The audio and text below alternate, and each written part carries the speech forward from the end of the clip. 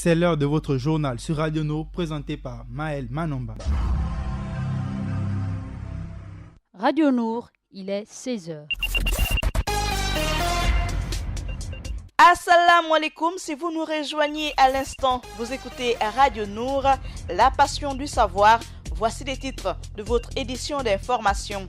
C'est à l'occasion d'un communiqué de presse lu sur les antennes de Gabon Première aux environs de minuit ce mercredi 17 avril que le ministre d'État en charge de l'éducation nationale et de la formation civique, Michel Menga Messono, a annoncé la suspension de la réforme des bourses et la reprise des cours ce jeudi 18 avril sur toute l'étendue du territoire national aux heures habituelles.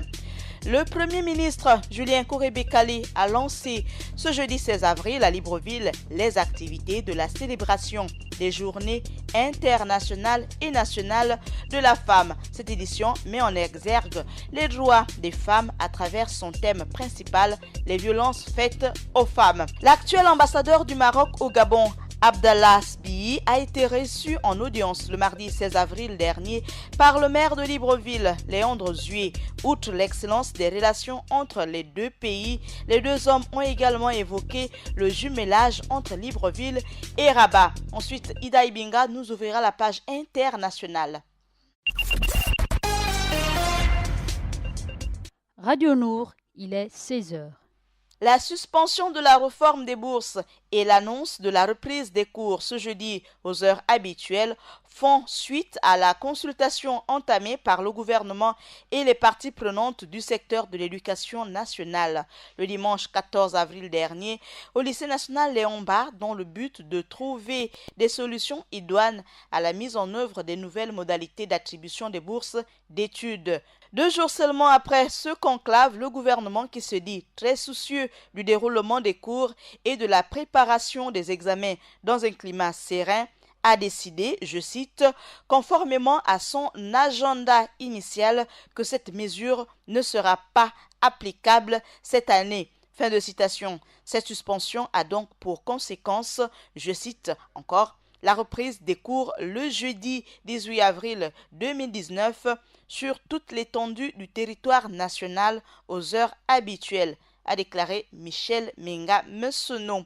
Par ailleurs, le membre du gouvernement a invité les parents d'élèves, les chefs d'établissement, les enseignants à veiller à l'application de cette décision. Il faut ajouter que dans le prolongement de la première phase des consultations entamées le dimanche 14 avril dernier, il sera mis en place sous la direction du ministre en charge de l'éducation nationale, assisté de ses collègues de l'enseignement supérieur et de la formation professionnelle, un groupe de travail multipartite composé de toutes les parties prenantes aux questions de l'éducation et de la formation civique. Il faut ajouter que ce mercredi 17 avril, le préavis de grève déposé par le syndicat de l'éducation nationale, le Sénat, prendra fin. Une assemblée générale du syndicat prévue ce même jour à 13h. Le Premier ministre gabonais a rappelé à l'occasion du lancement des activités de la Journée de la femme les initiatives prises par le président de la République, son Excellence Ali Bongo Ondimba, dans la décennie nationale de la femme 2015-2025, une consécration qui traduit bien la prise en compte de l'approche genre dans l'élaboration des politiques publiques au Gabon. Pour Julien Kouré-Bekale, l'engagement de la première dame est à saluer. Madame Sylvia Bongo Ondimba, qui s'est jointe personnellement à cette célébration en assurant le parrainage et en prenant la tête d'un combat, celui de la lutte contre les violences faites aux femmes, thème des présentes journées. Il faut également ajouter qu'à cette occasion, la première dame s'est engagée à soutenir un plaidoyer en faveur de l'éradication de toutes les formes de violence faites aux femmes et aux filles au Gabon. La célébration de la Journée internationale et nationale de la femme a également été marquée par des conférences-débats sur divers thèmes et l'exposition des produits du terroir. Elle s'est poursuivie le mercredi 17 avril par une marche pacifique pour dire non aux violences faites aux femmes. Dans ses échanges avec le Premier ministre, le président de la société portugaise Construction Soares da Costa a affirmé sa disponibilité à investir dans plusieurs domaines, notamment les infrastructures, les bâtiments publics, l'énergie et l'eau. Nous avons une très grande expérience dans la construction d'écoles, d'universités, des routes et des ponts, a déclaré le président du groupe. Pour sa part, le diplomate algérien a fait savoir à Julien Korébé-Kalé que son pays désire se positionner au Gabon dans l'agroalimentaire, la pharmacie, l'industrie et l'énergie. C'est une coopération économique, commerciale et financière qui prendra sa forme et est appelée à connaître des lendemains meilleurs, a-t-il ajouté. Enfin, les échanges avec le diplomate espagnol Fernando Alonso Navarridas ont quant à eux porté sur la coopération bilatérale entre Madrid et Libreville. L'Espagne et le Gabon envisagent les possibilités de travailler ensemble dans les domaines de la pêche, l'habitat et le tourisme. En réponse à ses interlocuteurs, le Premier ministre a réaffirmé à ses hôtes la volonté du chef de l'État, son Excellence Ali Bongo Ondimba, d'approfondir ses relations avec un accent particulier sur l'investissement structurant.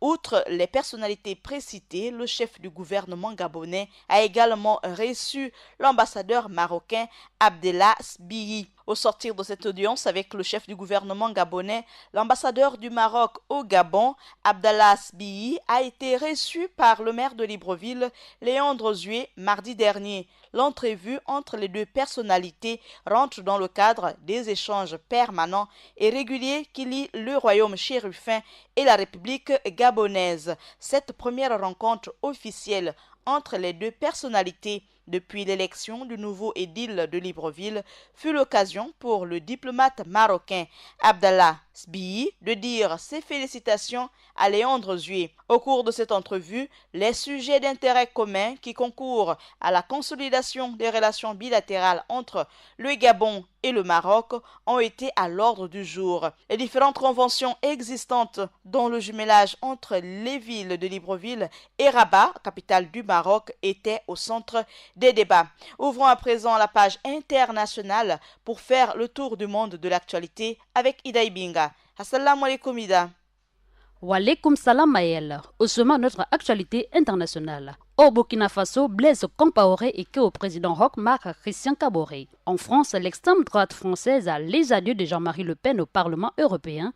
Enfin, les plaintes contre les sociétés étrangères basées à Cuba, autorisées par les États-Unis.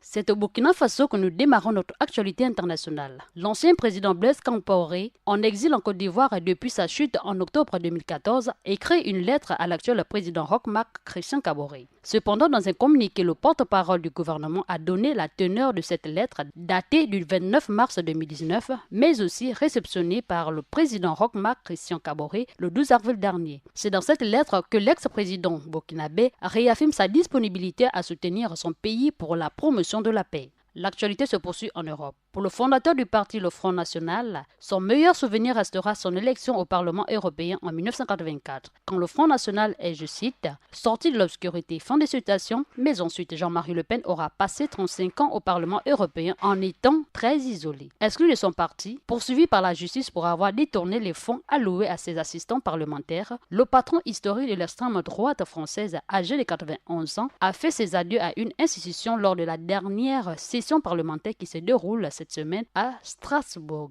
Je vous laisse écouter l'extrait de l'ancien leader de l'extrême droite française, Jean-Marie Le Pen, devant le Parlement européen.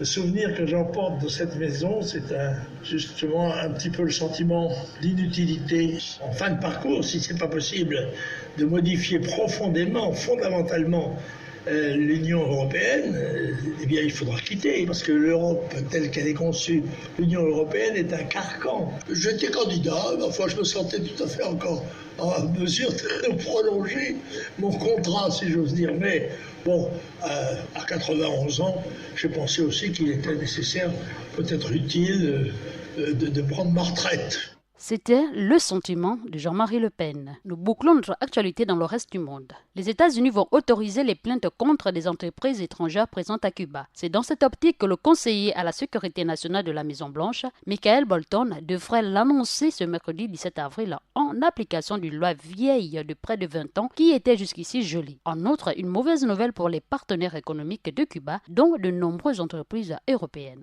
Merci Maëlle, surtout pour cette page internationale. Merci Daibinga pour ce tour du monde de l'actualité. Merci à Paturel Minsa pour la mise en onde de ce journal présenté par Maël Manamba de Mouabi. Bonne suite des programmes sur la passion du savoir, la Radio Nour. Assalamu alaikum.